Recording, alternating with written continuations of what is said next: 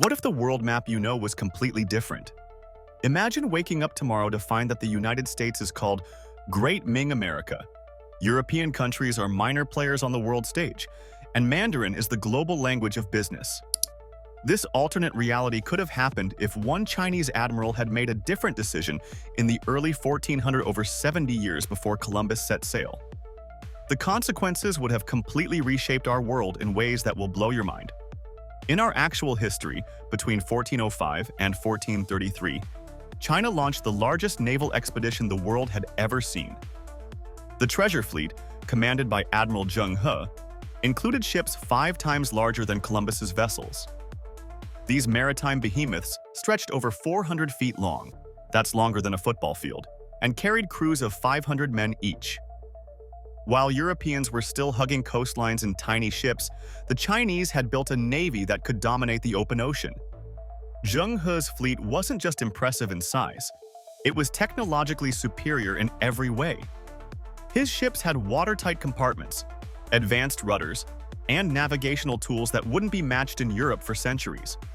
The fleet visited Southeast Asia, India, the Persian Gulf, and even reached the east coast of Africa. But here's where history took a critical turn. In 1433, after 7 massive voyages, the Ming Emperor suddenly ordered all overseas expeditions to stop. China turned inward, scrapping its magnificent fleet and abandoning its naval dominance. But what if that never happened? What if instead Zheng He or his successors had continued sailing east? Chinese navigators were already masters of the Pacific, having established trade routes to Japan, the Philippines, and beyond. With their superior ships and navigation, they could have easily followed the North Pacific currents that would have carried them directly to the west coast of North America. And here's the twist. Based on ocean currents and wind patterns, Chinese explorers would have likely first encountered America along the California coast, not the Atlantic side that Europeans reached. Imagine the chain of events. Chinese settlements would have sprouted along the western coast of America decades before Columbus even set sail. The Ming dynasty would have established trading posts, then colonies, gradually spreading their influence eastward across the continent. But what happened next would shock you. Unlike European colonizers who were desperate for gold and resources, Chinese explorers were primarily interested in establishing tributary relationships and expanding the empire's influence. Native American civilizations might have been incorporated into the Chinese system rather than destroyed. The Aztecs, Incas, and Maya could have become vassal states, maintaining their cultures while acknowledging Chinese supremacy.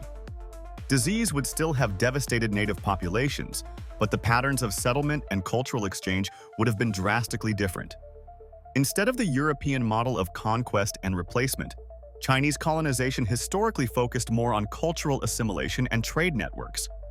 By the time European explorers finally reached the Americas in the late 15th century, they would have encountered an already established Chinese presence. Massive cities with pagoda-topped skylines, networks of imperial roads connecting the coasts, and native populations that had already adapted elements of Chinese culture, technology, and language. Europe, caught off guard and technologically outmatched, might have been forced into a subordinate position in the New World Order. Spain, Portugal, England, the colonial superpowers of our timeline, might have become minor players, perhaps granted small trading concessions on the edges of the Chinese-American empire. The ripple effects would have transformed everything. Without the gold and silver of the Americas fueling European economies, the Industrial Revolution might have happened first in China. Chinese technological and scientific advancement, already ahead of Europe in many areas during the 15th century, would have accelerated rather than stagnated. Global trade routes would have centered on the Pacific rather than the Atlantic. The Chinese language and writing system might have become the global standard. Buddhism and Confucianism, not Christianity, could have become the dominant philosophical systems across the Americas. And what about today's geopolitical landscape? The United States as we know it wouldn't exist. Instead, the map of North America might show several large provinces of a Chinese-influenced empire. Western culture, from democracy to capitalism, might be considered fringe philosophies rather than global norms. But here's the ultimate irony. China, which in our timeline declined from a world leader to a semi-colonized state during the 19th century before rising again in recent decades, might never have experienced that humiliating century of foreign domination. The very technologies that Europeans used to subjugate China, steamships, modern firearms, industrial manufacturing, might have been Chinese inventions in this alternate timeline. Our modern world would be unrecognizable. International organizations would be headquartered in Beijing, not New York or Geneva. Students worldwide would study Mandarin as their second language. History books would teach about the great Ming admirals who united the world under Chinese influence, while Columbus might be a footnote if he was remembered at all. This isn't just an exercise in imagination.